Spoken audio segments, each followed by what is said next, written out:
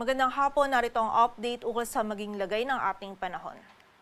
Kaninang alas 8 ng umaga, yung low pressure area na minomonitor natin ay nasa loob na ng ating area of responsibility. Huling namataan yung sentro nito sa layong 715 kilometers silangan ng Hinatuan, Surigao del Sur. Tumataas na din yung possibility nito na ma-develop at maging isang ganap na bagyo within 24 hours. So posible po mamayang gabi or bukas ay ma-develop na ito at maging isang ganap na tropical depression na bibigyan natin ng local name na Verbena. Sa track po nito, nakikita natin generally magiging west-northwestward yung pagkilos nito.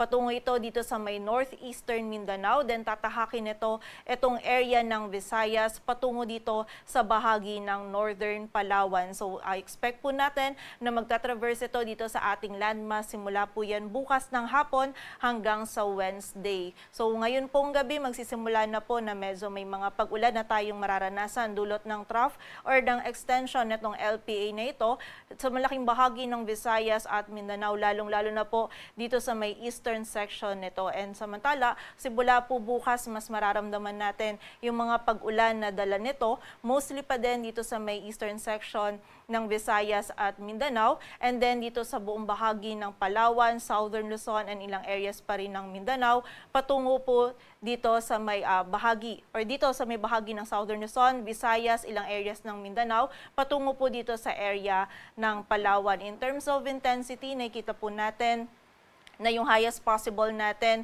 habang tinatahak nito itong kalupaan ay either tropical depression or tropical storm. Ngunit kailangan pa rin po nating bantayan yung mga pag-ulan na dala ng weather disturbance na ito sa malaking bahagi ng Southern Luzon, Visayas at Mindanao. Simula po yan ngayong gabi hanggang sa Wednesday. And bukod po dito sa low pressure area nito, yung shear line patuloy ding nagdudulot ng mga pag-ulan, lalong-lalo na sa may eastern section ng Northern at Central Luzon, maging dito din po sa Metro Manila, maging sa Calabarzon at ilang bahagi pa po ng dito din, lalong-lalo na sa may ilang bahagi pa ng Bicol region. And bukod din po dito, yung Amihan nagdudulot din ng mga pag-ulan for the rest of Central and Northern Luzon. So pagtuloy pong pag-iingat para sa ating mga kababayan sa posibilidad ng mga pagbaha at pagguho ng lupa.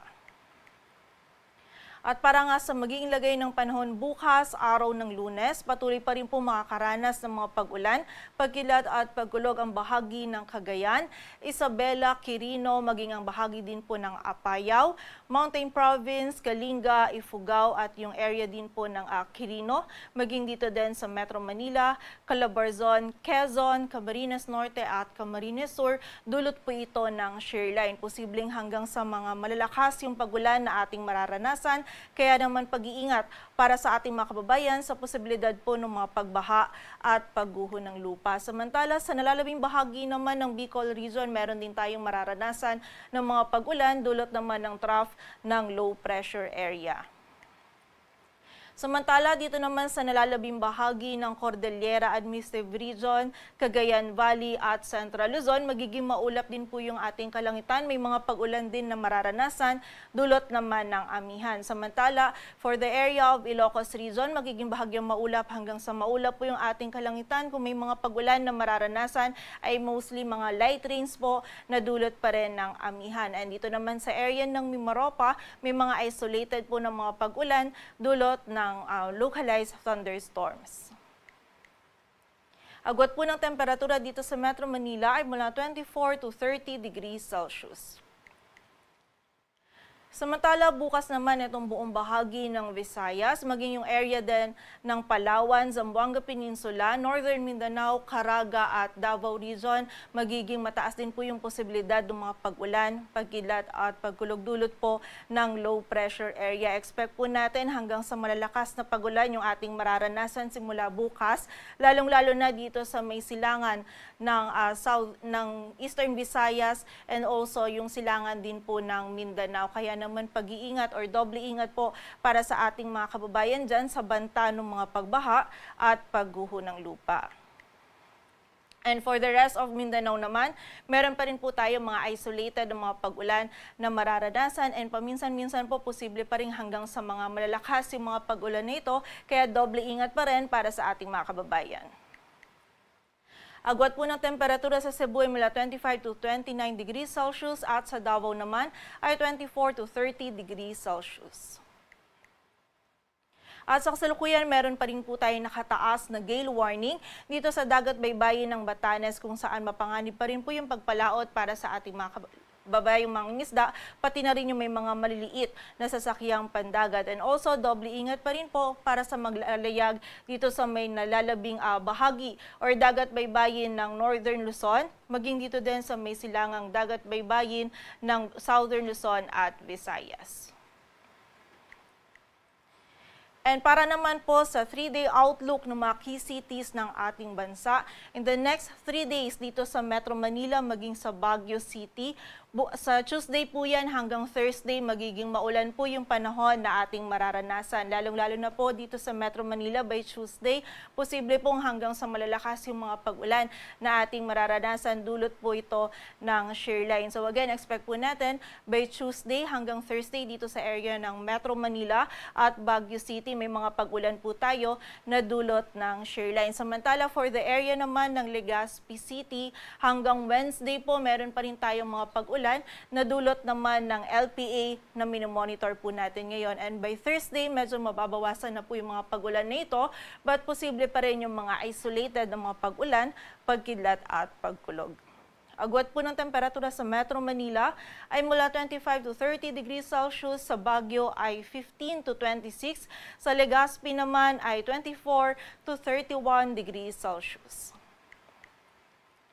Samantala dito naman sa bahagi ng Iloilo City in the next 3 days ay magiging maulan din po yung ating panahon. Dulot ito ng low pressure area. Samantala sa Metro Cebu and Tacloban City din by Tuesday and Wednesday patuloy pa rin po or makakaranas pa rin po tayo ng mga pag-ulan. Hanggang sa mga malalakas po na pag-ulan yung ina-expect natin na mararanasan.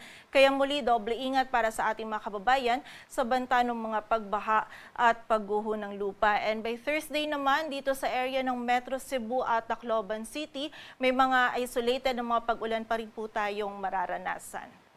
Agwat ng temperatura sa Metro Cebu ay mula 24 to 31 degrees Celsius. Sa Iloilo ay 24 to 30 at sa Tacloban City naman ay 23 to 31 degrees Celsius. Samantala dito naman sa bahagi ng Mindanao, sa Metro Davao hanggang Tuesday, meron pa rin po tayong mga pag-ulan na mararanasan. Dulot pa rin po ito ng LPA and then mga isolated rain showers or thunderstorms na lang by Wednesday and Thursday. Samantala sa bahagi naman po ng Cagayan de Oro City, hanggang Wednesday po yung na-expect natin ng mga pag-ulan na dulot ng low pressure area. And by Thursday, less na po yung mga pag-ulan natin but possible pa rin yung mga isolated rain showers and thunderstorms. Samantala, sa bahagi naman po ng Zamboanga City ay patuloy pong ulan yung panahon na ating mararanasan from Tuesday to Thursday. Dulot pa rin po ito ng low pressure area. Agwat po ng temperatura sa Metro Davao ay mula 24 to 32 degrees Celsius. Sa Cagayan de Oro City ay 24 to 31, samantala sa Zamboanga City naman ay 24 to 32 degrees Celsius. At dahil nga po in-expect natin na magiging malapit itong low pressure area na minomonitor natin dito sa ating kalupaan at meron po tayong mga hanggang sa malalakas na pag-ulan na mararanasan, meron po tayong advisory na ipinalabas kung saan posible po from today to tomorrow afternoon, posible yung 100 to 200 millimeters of rainfall sa Eastern Samar, Southern Leyte, Dinagat Islands at Surigao del Norte. Dulot po ito ng low pressure area and yung malaking bahagi or ilang bahagi pa rin po ng Bicol Region, Eastern Visayas at yung Northeastern Mindanao ay posible din pong makaranas ng 50 to 100 millimeters of rainfall. While yung shear line naman po patuloy din magdudulot ng mga pag-ulan sa Cagayan, Isabela, Aurora at Quezon. So ito po ay habang papalapit pa lamang bukas itong low pressure area dito sa may silangan ng Visayas at Mindanao. And by tomorrow afternoon naman to Tuesday afternoon kung saan ina-expect po natin na tatawid itong low pressure area dito sa ating kalupaan, dito sa may central portion ng ating bansa. In-expect po natin malaking areas po yung makakaranas ng 100 to 200 millimeters of rainfall, maging ng 50 to 100 millimeters of rainfall. So mostly po dito pa rin sa area or yung halos yung buong bahagi po ng Visayas, maging ang Southern Luzon at yung ilang areas po ng Mindanao, patuloy po yung makakaranas ng mga pag-ulan na dulot ng low pressure area. Magiging mataas po yung banta ng mga pagbaha at pagguho ng lupa, kaya naman maging alerto at pag-iingat po para sa ating mga kababayan. Samantala, by Tuesday afternoon naman to Wednesday afternoon, mostly by this time, yung low pressure area po natin ay tinatawid pa rin itong bahagi ng Visayas patungo dito sa area ng Northern Palawan and then patungo dito sa West Philippine Sea. So malaking bahagi pa rin po ng Southern Luzon and Visayas yung makakaranas ng hanggang sa malalakas ng mga pag-ulan. And bukod din po dito yung shear line, magdudulot din ng mga pag-ulan sa malaking bahagi ng Northern and Central Luzon, maging dito din po sa Metro Manila. Kaya muli, doble ingat pa rin po para sa ating mga kababayan dahil na-expect natin sa mga susunod po na araw ay magiging maulan po yung panahon sa malaking bahagi ng ating bansa at magiging mataas din po yung banta ng mga pagbaha at pagguho ng lupa. Dito sa Metro Manila, ang sunset natin ay mamayang 5:24 at ang sunrise naman ay bukas ng 6:01 ng umaga.